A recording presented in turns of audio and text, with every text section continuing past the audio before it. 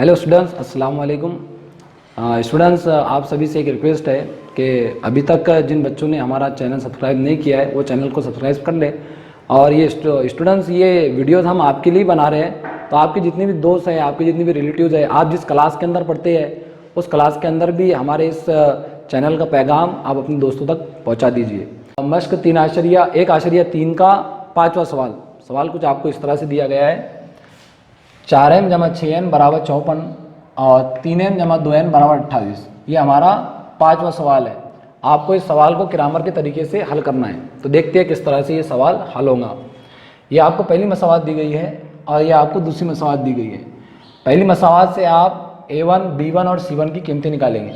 इसमें एक बात ये जहन के अंदर रखें कि a1, b1 और c1 की जो कीमतें निकलेंगी वो अलामतों का इस्तेमाल करके निकलेंगी। यानी कि बहुत सारे स्टूडेंट्स ये करती है कि अगर मनफी की अलामत के साथ कोई अदद दिया गया है तो मनफी की अलामत को छोड़ देते हैं। फॉर एग्ज़ाम्पल, अगर यहाँ पर प्लस की जगह है माइनस लिखा होता तो b1 की कीमत जो होती है वो माइनस के साथ निकलती थी। आप देख रहे कि जो पहला मुतगैर इस्तेमाल हुआ था, पहले मुतगैर से पहले a1 की कीमत होती है। इसी तरीके से जो दूसरा मुतगैर इस्तेमाल होता है उससे पहले b1 की कीमत होती है और बराबर के उधर जो कीमत होती है वो c1 की कीमत तस्लीम की जाती है। तो यहाँ पर मुतगैर m और n इस्तेमाल हुए। तो पहला मुतगैर आपका m है, m से पहले जो कीमत है वो a1 की है, यानी a1 बराबर 4। इसी तरीके से जो दूसरा मुतगैर है वो आपका n है, n से पहले जो कीमत इस्तेमाल हुई है, n का जो ज़रीब है वो हमारा b1 की कीमत है। इसी तरीके से जो बराबर के उधर है वो आपकी c1 की कीमत है, c1 बराबर 54। अब जिस तरीके से आपने a1, b1 और c1 मसवात नंबर 1 पर से निकाले हैं, इसी तरह से आपको दूसरी मसवात का इस्तेमाल करके a2, b2 और c2 निकालना है।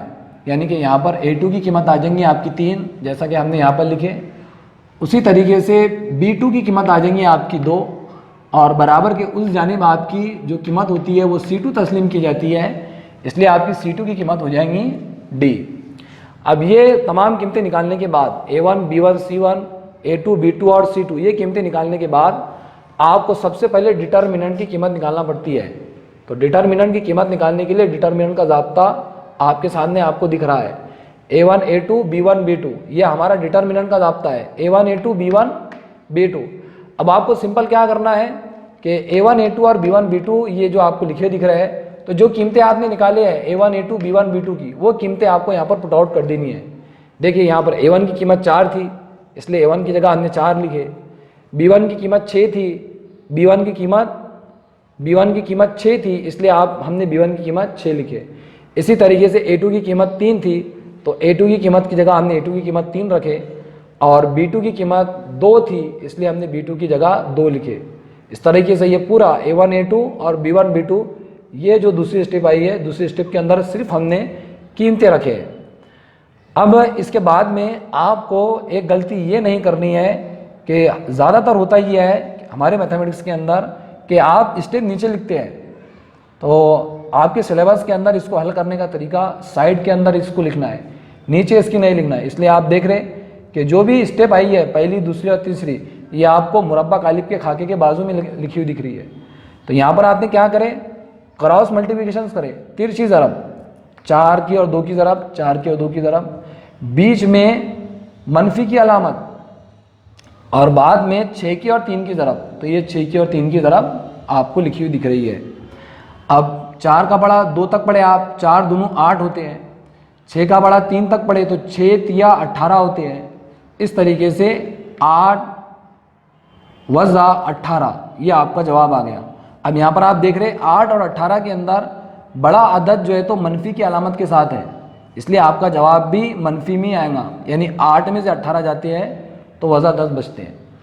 अब आइए इसके बाद में डिटर्मिनेंट ऑफ x निकालना है। तो डिटर्मिनेंट ऑफ x निकालने के लिए आपने इसका ज़ाब्ता इस्तेमाल करें, c1, c2, b1 और b2, ये इसका ज़ाब्ता है डिटर्मिनेंट ऑफ x का, c1, c2 और b1, b2।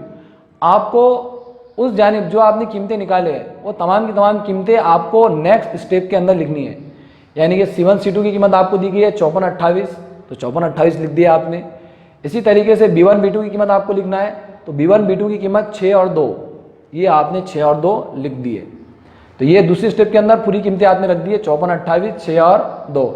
अब इसके बाद आपको तिरछी ज़रब करनी है, 54 की और 2 की ज़रब होगी, 6 की और 28 की ज़रब होंगी, और बीच में मनफी यानी कि वज़ा का अमल आपका होगा। तो 54 दोनों 128 होते हैं और 6 ज़रब 28 करते हैं तो इनकी ज़रब 168 आती है। तो आपका जवाब भी बड़ी अलामत के साथ आएगा, यानी 168 पर बड़ी अलामत, 168 बड़ा अदद है और बड़े अदद पर जो अलामत है वही अलामत जो है तो आपके जवाब के अंदर आएंगी। 108 में से 168 गए तो आपका जवाब आएगा 60। ठीक है, तो ये आपकी dx की कीमत आई है, dx बराबर वज़ा 60। अब dx की कीमत के बाद आपको निकालनी है dy की कीमत। जिस तरह से आपने dx निकाले, इसमें एक बात जहन के अंदर रखे, यहाँ पर कन्फ्यूजन है थोड़ा सा कि भाई d के अंदर आपने a1 a2 इस्तेमाल करे और b1 b2 इस्तेमाल करें। अब dx जब आपने इस्तेमाल करे थे तो c1 c2 और b1 b2 का इस्तेमाल करे थे, देख रहे हैं आप चेंज होती है यारी कीमतें। अब जब आप dy मालूम कर रहे हैं तो आपको a1 a2 और c1 c2 का इस्तेमाल करना है, जैसा कि ज़ाब्ते के अंदर आपको लिखा हुआ दिख रहा है a1 a2 और c1 c2। तो आपको क्या करना है, जो कीमतें आपने निकाली है a1 a2 और c1 c2 की, ये आपने निकाले हैं a1 a2 c1 c2। तो a1 a2 4 3 है, a1 a2 4 3 और c1 c2 54 28। तो ये 54 28 आपको लिखे दिख रहे हैं। अब ये तरीका आपको बार बार हम समझा रहे हैं कि क्या करना है, आपको ये दो अददों की ज़रब करनी है और फिर ये दो अददों की ज़रब करनी है और बीच में जो है तो आपको तफरीक का अमल करना है। तो 4 की और 28 की ज़रब हो गई और 54 की और 3 की ज़रब हो गई, ये 54 ज़रब 3। तो 28 ज़रब 4 ज़रब आपको आती है करके, तो 28 को 4 से ज़रब करने पर 112 आ जाते हैं और 54 को 3 से ज़रब करने पर 162 आ जाते हैं। अब यहाँ पर भी आप देख रहे हैं कि बड़ा अदद जो है वो वज़ा में है ना, मनफी की अलामत है इसके पास, तो आपका जवाब भी मनफी में आएगा, यानी 112 में से 162 गए तो जवाब आएगा आपका वज़ा 50। इस तरह से हमारी dy की कीमत आ गई है वज़ा 50, dx की कीमत आई है आपकी वज़ा 60, d की कीमत आई है आपकी वज़ा 10 और dy की कीमत आ चुकी है आपकी वज़ा 50। अब लास्ट स्टेप आपकी जो बची हुई है वह है आपका किरामर का उसूल।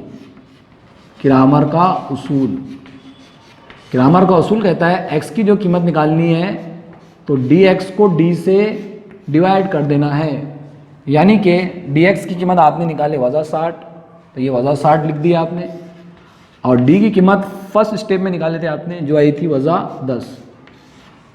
ऊपर नीचे की माइनस माइनस सिंबल कैंसिल हो जाएंगी और 10 का पाड़ा 60 आए तक, यानी 10 6 की 60, आपकी x की वैल्यू आ चुकी है 6। अब इसके बाद आपको y की वैल्यू निकालनी है dy अपॉन d। dy की कीमत अभी आपने निकाले, dy की कीमत वज़ा 50 और d की कीमत है आपकी वज़ा 10। वही तरीके से हल करेंगे, माइनस माइनस कैंसिल होंगी आपकी, 10 का पाड़ा 50 आए तक, 10 पंजे 50, यानी आपके y की वैल्यू आ चुकी है 5। तो स्टूडेंट्स ये आपकी x की और y की वैल्यू आ चुकी है।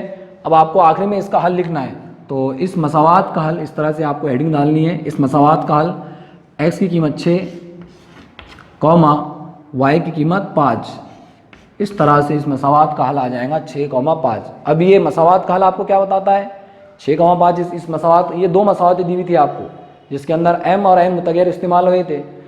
तो ये 6,5 आपको ये बात बताएगा कि अगर m की जगह पर 6 और n की जगह पर 5 रख दिए तो ये जो मसावात के आपको इस जानिब 54 लिखे हुए दिख रहे हैं, तो अगर आपने m की जगह पर 6 और n की जगह पर 5 रखे तो ये दोनों की ज़रब और बीच में जमा करने पर ये मसावात मुतमईन होंगी, यानी कि ये ज़रब का जवाब आपका 54 आएगा। इस तरह से जो है तो मसावात इस हल से सेटिस्फाई हो जाएंगी, मुतमईन हो जाएंगी। उम्मीद करते हैं स्टूडेंट्स कि आपको ये आखिरी सवाल मश्क का समझ में आया होगा। अब इंशाल्लाह आगे की जो मश्क है, मश्क 1.4, ये बहुत इम्पोर्टेंट है। हर साल जो है तो इसका सवाल पेपर के अंदर, बोर्ड के अंदर 4 से 5 नंबर के लिए पूछा जाता है। तो इंशाल्लाह आने वाली वीडियो के अंदर आपको मश्क 1.4 के सवाल हल कर दिए जाएंगे। ठीक है स्टूडेंट, अस्सलामु अलैकुम।